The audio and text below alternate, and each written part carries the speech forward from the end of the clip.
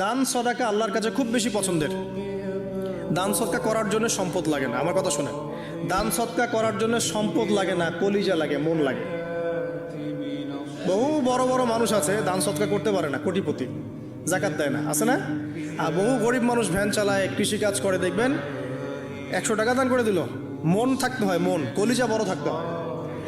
তো যাদের কলিজা বড়, মন বড়, তারা দান সদকা করতে পারবে ইনশাআল্লাহ। আর যার মন বড় সেখানেই তো আল্লাহ নূর আসবে। সংক্ষিপ্ত মনে কি, সংকীর্ণ মন আল্লাহ নূর কোত্থেকে আসবে?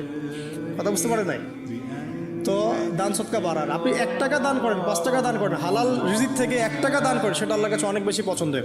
একটা হাদিসে নবী সাল্লাল্লাহু আলাইহি ওয়াসাল্লাম বলেছেন, হালাল উপার্জন থেকে আল্লাহর বান্দারা যখন একটা খেজুরও দান করে, আল্লাহ পাক সেই একটা খেজুরকে আস্তে আস্তে বড় করতে থাকেন, বড় করতে থাকেন, বড় করতে থাকেন।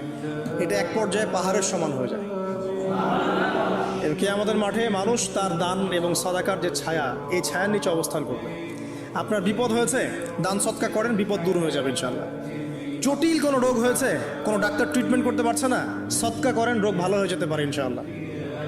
সদকার ব্যাপক ফজিলত আছে। সদাকা, দান, সদাকা, দোয়া, এগুলো তাকদীরের